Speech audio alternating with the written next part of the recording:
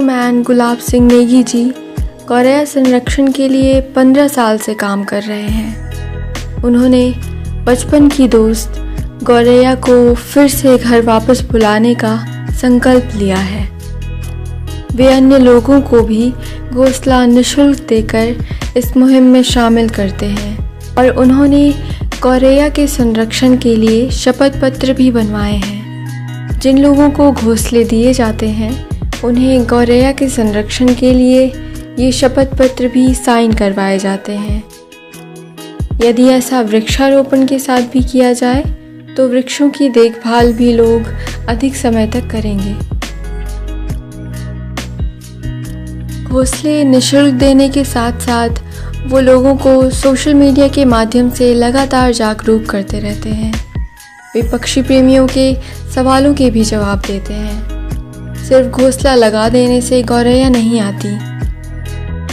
घोंसला कहाँ लगाया गया है और कितनी सुरक्षित जगह पर है, यह सारी बातें ध्यान में रखनी होती हैं। ऐसी कई बातें गुलाब जी नोट करते हैं और फिर जिन लोगों के घर में गौरैया नहीं आ रही उन्हें अपने सुझाव देते हैं। जब भी कोई घोंसला टूट जाता है तो गुलाब जी को संपर्क किया जाता है।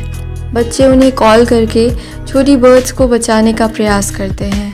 कई लोग उनके पास गौरैया के छोटे बच्चों को बचाने के लिए लाते हैं। गुलाब जी व उनका परिवार उन पक्षियों की रक्षा करते हैं व वे घायल पक्षियों का उपचार कर उन्हें बचाने का कार्य भी करते हैं।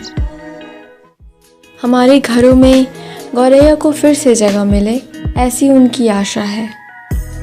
ऐसे सराहनीय कार्य करने वालों की हमारे पर्यावरण को बहुत ज़रूरत है। आइए मिलते हैं ग्रीन सिटी के स्पैरोमैन गुलाब सिंह नेगी जी से और उन्हीं से जानते हैं उनके इस अभियान की दास्तान। गौरैया संरक्षण को लेकर जब मैंने 15 साल पहले देखा कि हमारे चारों ओर गौरैया रहती है और कुछ न्यूज़पेपर आर्टिकल में पढ़कर पता चला कि यह कम होने लगी है। धीरे धीरे मैंने खुद महसूस किया कि यह गौरैया कम होने लग गई है और नाम मात्र की रह गई हैं। जहाँ भी हम मित्रों के वहाँ पहाड़ों में कहीं पर भी जाते थे तो वहाँ पर गौरैया की आवाज़ ना सुनकर निराशा होने लगी। तब महसूस हुआ कि गौरैया संरक्षण के प्रति हमें जागरूक होना चाहिए और हमें स्वयं पहल करनी पड़ेगी। तो फिर मैंने जूते के डिब्बे, लकड़ी के गत्ते के टुकड़े, इन चीज़ों से छोटे छोटे घर बनाए और अपने घर में खुद लगाए और देखा कि उसमें गौरैया आने लगी है, लेकिन उनकी संख्या निराशाजनक थी और जितनी निराशा हुई उतना ही ज़्यादा इसके लिए कौतूहल बढ़ता गया कि इसको बढ़ावा देना है।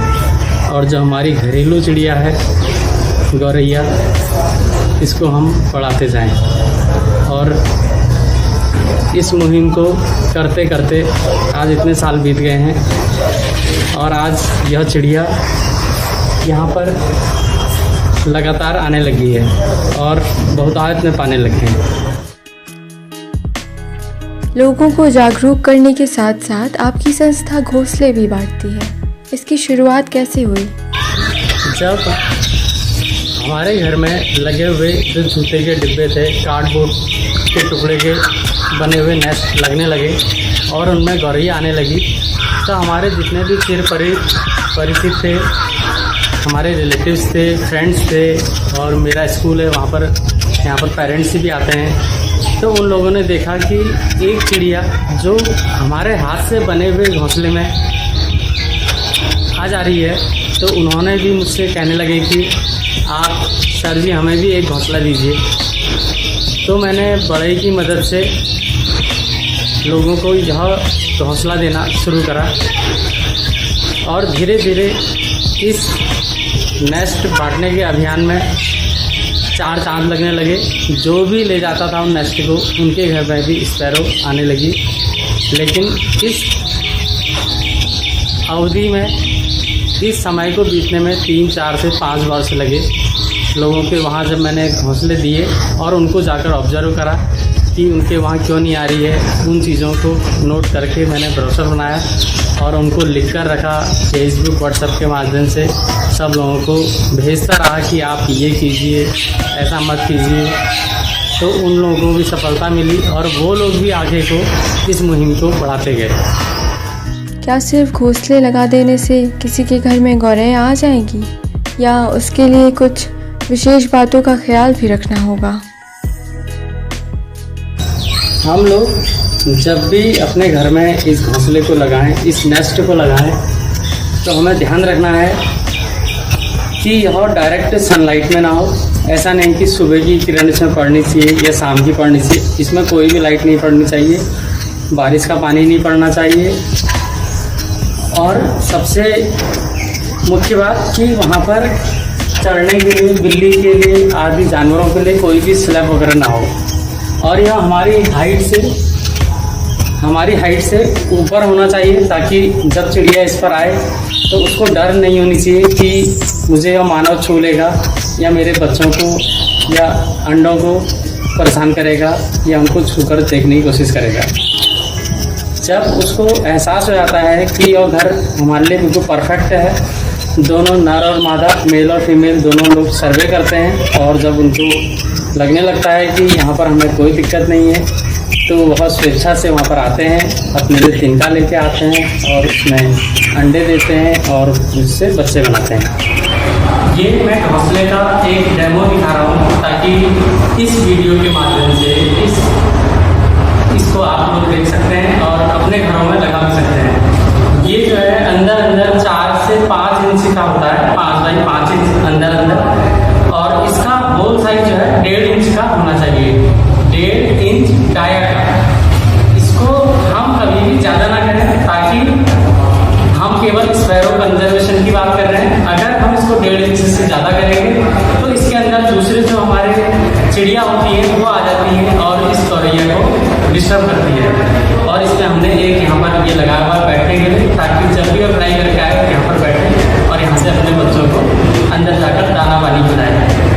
इसके अलावा मुख्य बात यह है कि इसमें हमने एयर होल्डर है, ताकि अंदर ह्यूमिडिटी ना हो, किसी प्रकार का कोई पानी वगैरह अगर गलती से चला जाता है तो यहाँ के रास्ते सूख भी जाएगा। इसके अलावा पीछे से एक हमने इसमें स्लाइडिंग डोर लगाया है, इसमें एक स्लाइडिंग डोर लगाया हुआ है। इसको हम खोलकर जब इसमें से बच्चे ऊपर उड़ जाते हैं तो इसको हम खोलकर इसकी सफाई कर देते हैं। ऊपर एक डोर और है जो हम अपनी दीवार पर हैंग कर सकते हैं। और हम इसमें हमने ऊपर से इसमें रेड कलर का पेंट किया हुआ है, यहाँ ग्रीन है। इसी प्रकार आप भी अपने घर में जो भी घोंसला कागज़ का, गत्ते का, लकड़ी का लगाएं, उसको आप रंग भी कर सकते हैं। ये एक दूसरा साइज है, यह खर्चीला काम है क्योंकि प्लाई महंगी होती है। ये देखिए, ये भी लगभग उसी साइज का है और इसमें भी स्पैरो आती है।